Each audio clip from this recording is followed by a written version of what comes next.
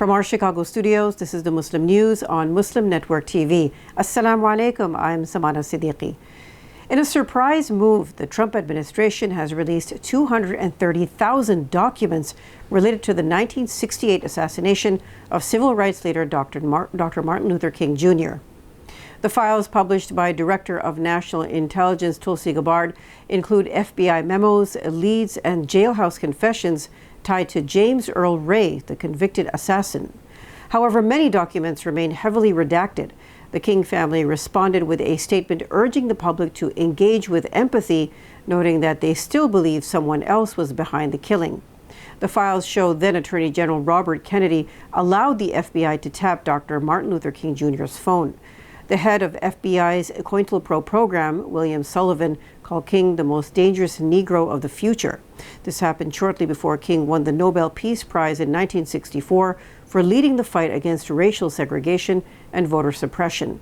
Social media users across the political spectrum accuse President Donald Trump of using the MLK release to deflect attention from the Jeffrey Epstein files. A judge has sentenced former Louisville police officer Brett Hankison to 33 months in prison for violating Breonna Taylor's civil rights. Taylor was a 26-year-old black medical worker who was shot dead during a botched no-knock drug raid on March 30, 2020 in Kentucky. Her boyfriend fired a warning shot at police, thinking they were intruders. Officers returned fire, killing Taylor in her sleep. Hankison was convicted for firing blindly into her apartment, endangering lives. Although his bullets hit no one, the court found he used excessive force and violated Taylor's constitutional rights. Her killing sparked nationwide protests against racial injustice and police brutality. Immigration and Customs Enforcement, or ICE, will now arrest anyone living illegally in the country, regardless of their criminal record. Acting ICE Director Todd Lyons said the agency is also targeting companies that hire undocumented workers. Enforcement includes renewed worksite raids and what are called collateral arrests, a return to Trump-era tactics rolled back under former President Joe Biden. Lyons blamed sanctuary cities for forcing ICE into neighborhoods, saying local jails won't hand over detainees. Nearly 150,000 people were deported in the first half of 2025, including 70,000 with mostly minor criminal convictions. With new congressional funding, ICE may hit a record 1 million deportations this year. Raids have already led to hundreds of arrests at U.S. meat plants, racetracks, and cannabis farms, including those of minors. Lyons said employers will now face full prosecution. ICE says the focus is both on undocumented workers and those exploiting them. The Council on American Islamic Relations, or CAIR, is urging Maryland's education authorities to reverse controversial revisions that remove all references to Palestine in the social studies curriculum. CAIR says these were made without consulting Arab or Muslim communities while involving only Jewish leadership. The Muslim Civil Rights Organization called the move biased, racist, and exclusionary, warning that it marginalizes Arab and Muslim students and distorts the truth under the guise of combating anti-Semitism.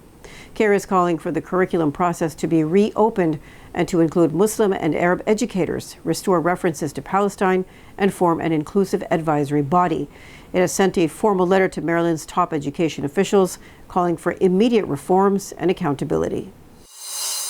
Israeli attacks across Gaza since Tuesday morning have killed at least 51 Palestinians, including 14 seeking aid. Israeli warplanes bombed tents in Gaza City's Shati camp, killing 16 and wounding 25. 2 children were among those killed in the Burej refugee camp. Israel again targeted aid seekers near the U.S.-backed Netzarim corridor, leaving 7 dead. The health ministry says famine is worsening. At least 15 people, including children, have died from malnutrition. UN refugee agency UNRWA reports that doctors are fainting from hunger and 6 more hospitals have shut down due to fuel shortages. Israel is blocking the World Health Organization from delivering life-saving supplies. A Palestinian journalist was shot dead during a raid to arrest a senior doctor. Israel strikes hit schools, shelters, and homes across Gaza from Zaytun to Khan Yunis. Between May 27th and July 21st, Israeli forces killed 1,054 Palestinians when they were trying to access food. The UN Human Rights Office has said 766 of them were killed near the U.S. and Israel-backed Gaza Humanitarian Foundation sites, and 288 were killed near UN convoys or other relief organizations. Israel's genocide in Gaza has killed more than 64,000 Palestinians, the majority of them women, children, and the elderly, according to a major study published in the British medical journal The Lancet in January. More than 142,000 have been wounded since October 2023. The AFP Journalists Association says its staff in Gaza are facing starvation. Amid Israel's total blockade since March and ongoing airstrikes, food, water, and fuel have become nearly impossible to access. AFP works with 10 journalists in Gaza, including photographer Bashar Talib, who wrote that he can no longer walk due to extreme hunger. Another journalist said she never knows if she will survive each assignment.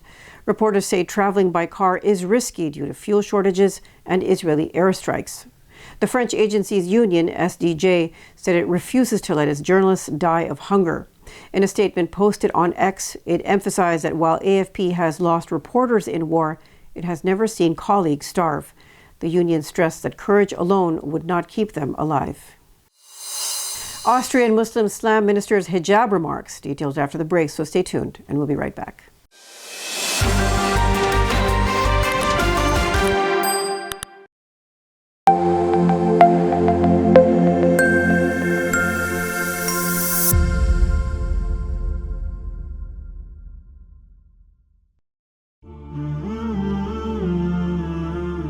Assalamu alaikum wa rahmatullahi wa barakatuh. We welcome you all to the Muna Convention. Join thousands of Muslims from across the nation, uniting for a powerful calling to be the torchbearers of Islam.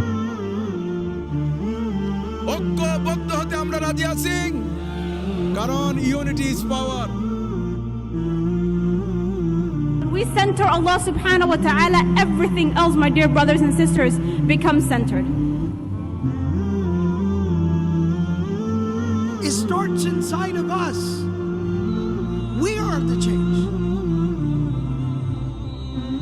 Put the man together and the world will automatically come together.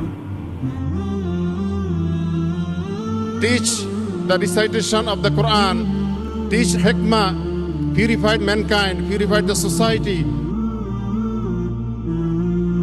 This is how they lived their lives. A life of devotion, of beautifulness, of faithfulness, of commitment to Allah Azza wa Jalla. So may Allah subhanahu wa ta'ala make us a community of leadership, a community that holds this amana, this trust of this beautiful message, a community that stands for good, that enjoins good, that forbids evil, together, that honors its elders, that inspires its youth. And may Allah subhanahu wa ta'ala allow us to continue the youth movement. August 8th through 10th at the Pennsylvania Convention Center. 3 days to recharge your soul, to connect, reflect, and grow. This is more than a convention. This is a call. Register now at www.munaconvention.com.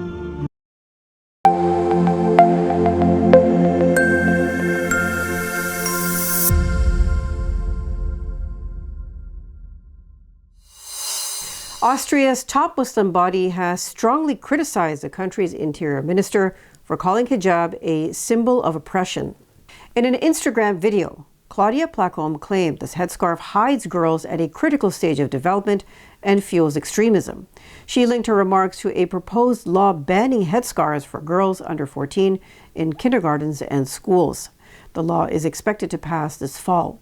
The Islamic Religious Community in Austria, or IGGO, called her comments deeply disturbing and said linking a religious practice to extremism threatens religious freedom. The group warned that such views unsettle young Muslim women and undermine Austria's principles of equal treatment. IGGO said denying girls the right to religious self-expression under the guise of child protection misses the point. The organization has invited the minister for a private dialogue with Muslim educators, parents, and youth to promote understanding and respect. A Bangladesh Air Force training jet crashed into a college building in the capital Dhaka on Monday, killing at least 20 people, including students and the pilot. The FT-7BG-1 fighter jet hit the Milestone School and College campus after taking off from the AK Khandakar Air Base. The military said the plane crashed due to a mechanical failure. Pilot Tokir Islam Sagar tried to steer the jet away from the crowded neighborhood, but was unable to avoid the crash. At least 171 others, mostly students and staff, were injured, many with severe burns. The government declared a day of mourning on Tuesday. This marks the deadliest air crash in Bangladesh since 2018. The Air Force has formed an investigation committee to determine the cause of the accident. In India, 12 Muslim men jailed for nearly 2 decades over the 2006 Mumbai train bombings were acquitted by the Bombay High Court on Monday. The court ruled the prosecution failed to prove their guilt. It said the convictions were unsafe and ordered their immediate release unless held in other cases. The men were convicted in 2015, 9 years after 7 bombs killed 180 people and injured hundreds on Mumbai's suburban trains. 5 had been sentenced to death and 7 to life in prison. 1 man died in jail during the COVID-19 pandemic. Only one accused, Wahid Sheikh, was acquitted earlier in 2015. He had already spent 9 years in jail. Experts say the judgment, nearly 19 years after the blasts, raises serious questions about the investigation. Families of victims still have no answers, and rights groups are calling for accountability from the state police. The court's ruling runs more than 670 pages. A Pakistani court has issued contempt notices to Prime Minister Shehbaz Sharif and federal cabinet members for failing to act on the case of Dr. Aafia Siddiqui. Siddiqui is a Pakistani neuroscientist who has been jailed in the United States since 2010. She was convicted of attempting to kill U.S. personnel while detained in Afghanistan and is currently serving an 86-year sentence at a federal medical prison in Texas. The Islamabad High Court expressed anger over the government's repeated failure to submit a report on her health, legal status, and efforts for her repatriation. Justice Sardar Ejaz Ishaq warned the government last week that further inaction would result in legal consequences. On Monday, he followed through, issuing contempt notices to the Prime Minister and Cabinet. The judge has demanded urgent accountability and said the court could summon the entire Cabinet if necessary steps are not taken. 28 countries, including the UK, Canada, Australia, Japan, and several EU states, have jointly demanded that Israel immediately end what it calls its war in Gaza. In a strongly worded statement, the foreign ministers condemned Israel's handling of aid and the worsening humanitarian crisis. They said the suffering of Gaza's civilians had reached new depths. They criticized the inhumane killing of civilians, including children, and the drip feeding of aid. The group called the deaths of more than 800 Palestinians seeking food and water horrifying. The statement slammed Israel's aid delivery model as dangerous, a driver of instability, and said it deprives Gazans of human dignity. The countries urged Israel to fulfill its obligations under international humanitarian law and allow unimpeded humanitarian access. Analysts say the call reflects growing global frustration and Israel's deepening diplomatic isolation as its genocide in Gaza drags on. That's all from our Chicago studios tonight. Thank you for watching Muslim News. We are a community channel dedicated to bringing you stories you can trust. Please like, share, and subscribe to our content.